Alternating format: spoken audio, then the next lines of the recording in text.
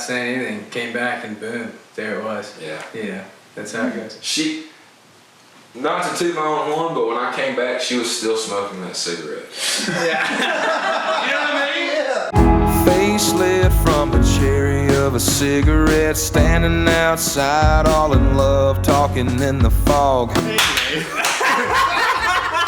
Onward, dude. Onward, we're still going everywhere. Track 3, Only Want You. We all met up for bus call like the night before. And Brandon's. None of us wanted to like get up at like 5 in the morning. Everybody else had gone to bed, but you and I. It was foggy out there. Man. Yeah, it was basically morning, but it was dark.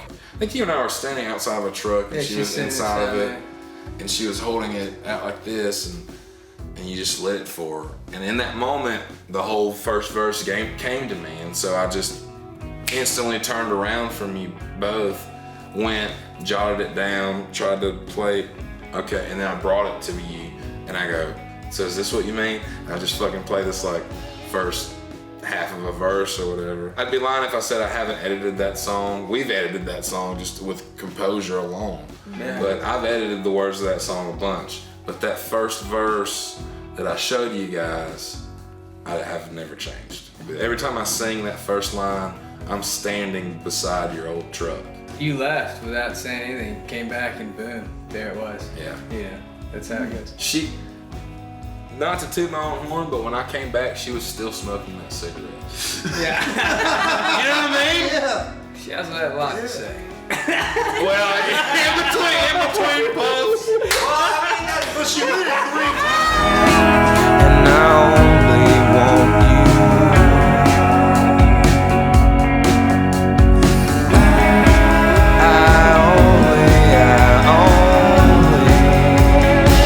Came back quickly with that, and then the whole song, I love the tune, and it rings true. It's a great, it's a great story, it's a great song, and to resolve it all, like, it was on the chopping block, and then hip hop meister over here. We did wrestle with that song the most. We wrestled with it hard, it's the and only it's song. honestly, I love it now. Yeah, It's got this, like, the way it too. opens up.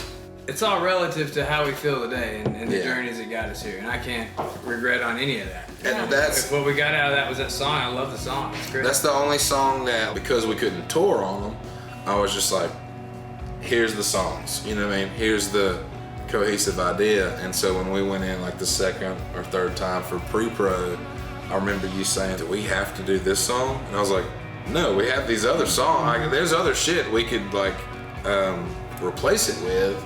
Because of where it is narratively, there's really only one more option of a song, but I can write another one. You know what I mean? If you don't like that one, we can write something to fill this gap. And as soon as I said that to you, we just slayed it the next time. Mm-hmm. What about that changed for you? I mean, I think Did you play it differently at all? It was trying to just, completely get what we had done out of my head and just start over from scratch as much as possible.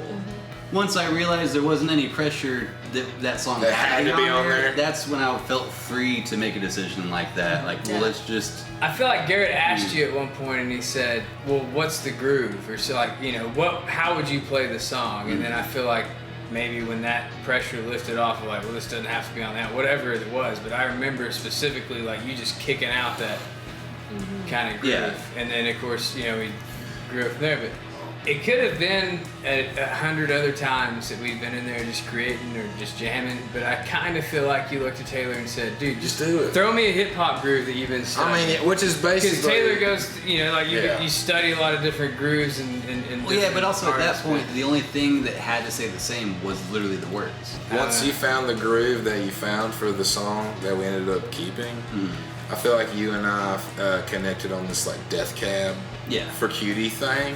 And I remember knowing in that moment that because of what you did and because of what he was doing, changed what he was doing, which changed what you were doing, which changed what our guitar tones had to do. It turned this song into like our tip of the hat to like Fleetwood Mac. Well, if we're doing that now, let's do that. I only